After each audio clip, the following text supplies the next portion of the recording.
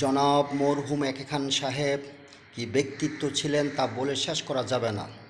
যারা great philosopher, যারা spiritual, যারা আধ্যাত্মিক সাধক, যারা দার্শনিক, যারা ডক্টরেট, যারা চিকিৎসক বিজ্ঞানী, তাদের কথার মধ্যে অনেক ওয়েট বহন করে।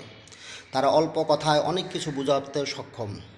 ভারতের এক হিন্দু স্বামীজি শ্রী বিবেকানন্দ তিনি বলেছেন, জীবে করে প্রেম যে জন সে জন সেবিকে ঈশ্বর। তিনি বোঝাতে চেয়েছেন যে পশু পাখি এবং মানুষকে যে ভালোবাসে সে স্বয়ং তার সৃষ্টিকর্তাকে ভালোবাসলো। যে মানুষের সেবা করলো সে স্বয়ং তার সৃষ্টিকর্তার সেবা করলো। মানুষ হয়ে জন্ম নিয়েছি, মানুষের কোনো কল্যাণে আসতে পারলাম না, মানব জীবনটাই বৃথা।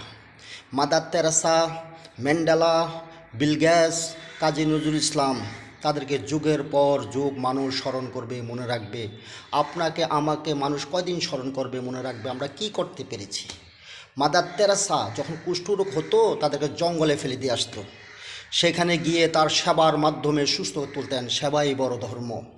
ম্যান্ডেলা পুরো বিশ্বে জ্ঞানের আলো ছড়িয়ে দিয়েছেন। কাজী নজরুল ইসলাম ওমর রমজানে রই রোজার শেষে এলো খুশির ঈদ, এই গানের মাধ্যমে ছোট বড় গরিব দুঃখী মেহনতি সবাইকে এক কাতারে নিয়ে এসেছেন। গান শোনা হারাম, যদি গানের অর্থ না বোঝেন আপনার গানের অর্থ বুঝতে হবে।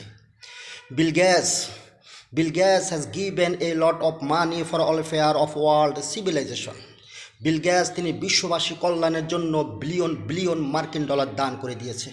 সাংবাদিক তার ছেলে মেয়েকে প্রশ্ন করেছিলেন, আপনার পিতা এত বিলিয়ন বিলিয়ন মার্কিন ডলার দান করে দিয়েছে, আপনার অনুভূতি কী? তার ছেলে মেয়ে বলেছিলেন, আমি আমার আব্বার জন্য গর্বিত, আমার আব্বা এত মহান কাজ করতে পেরেছে। আপনার আমার ছেলে মেয়ে ধরনের কথা বলবে কি না, নাকি পুঁতে ফেলার আগেই তাদের সম্পদ বন্টন নিয়ে দাঙ্গা হাঙ্গামা লিপ্ত হয়ে যাবে? আমার দেশে অনেক দৃষ্টান্ত রয়েছে। I am very fine at this moment. আমি এই মুহূর্তে ভালো আছি। আমি যে বাসায় ফিরে যেতে পারবো, আমি যে আমার ছেলে সন্তানের কাছে ফিরে যেতে পারবো, এই গ্যারান্টি আমাকে কে দিবে? আমি যে বেঁচে আছি, কীভাবে বেঁচে আছি সেটাই আশ্চর্যজনক। 88 দিকে এসটিএম সিটিএম ঝুট মিলে লস হচ্ছে, তখন জনাব মরহুম একেন সাহেব ছিলেন। ম্যানেজার সাহেব বলতেছেন, স্যার এই প্রতিষ্ঠান চালিয়ে কি লাভ? আমাদের কোনো লাভ হচ্ছে না।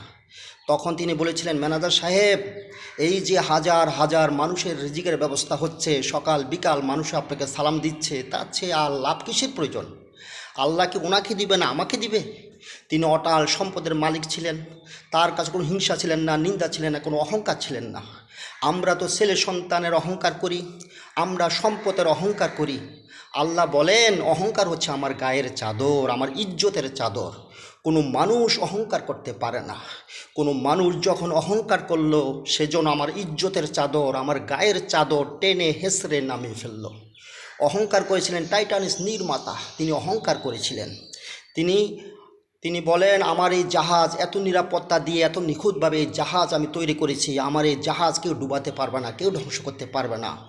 তার অহংকারকে ভেঙে চুরে চুরমার করে দিয়েছে আমার আল্লাহ। আপনাকে আমাকে আমল করতে হবে। আমরা যে যা জানি তা যেন আমল করি। আমাদের আমল করতে হবে। কিয়ামতের মাঠ জাহান্নামে অন্ধকারচ্ছন্ন। আপনার নেক আমলের আলো দিয়ে আলোকিত হবে কিয়ামতের মাঠ। আপনারা দেখে থাকবেন, যারা কয়লা খনিতে কর্মরত আছে, যখন কয়লা খনিতে প্রবেশ করে তখন তাদের মাথার মধ্যে বেল সিস্টেম একটা লাইট পরিয়ে দেওয়া হয়। সেই লাইটের মাধ্যমে তাদের সব ধরনের কাম সম্পাদন করে। তদ্রূপ আপনার নেক আমলের আলো দিয়ে আলোকিত হবে কিয়ামতের মাঠ। ওই আলো দিয়ে আপনি জান্নাতে পৌঁছে যাবেন। সুবহানাল্লাহ। আমরা সবাই আমল করার চেষ্টা করব। আমরা যে যা জানি তা যেন আমল করি। আসসালামু আলাইকুম ওয়া রাহমাতুল্লাহ।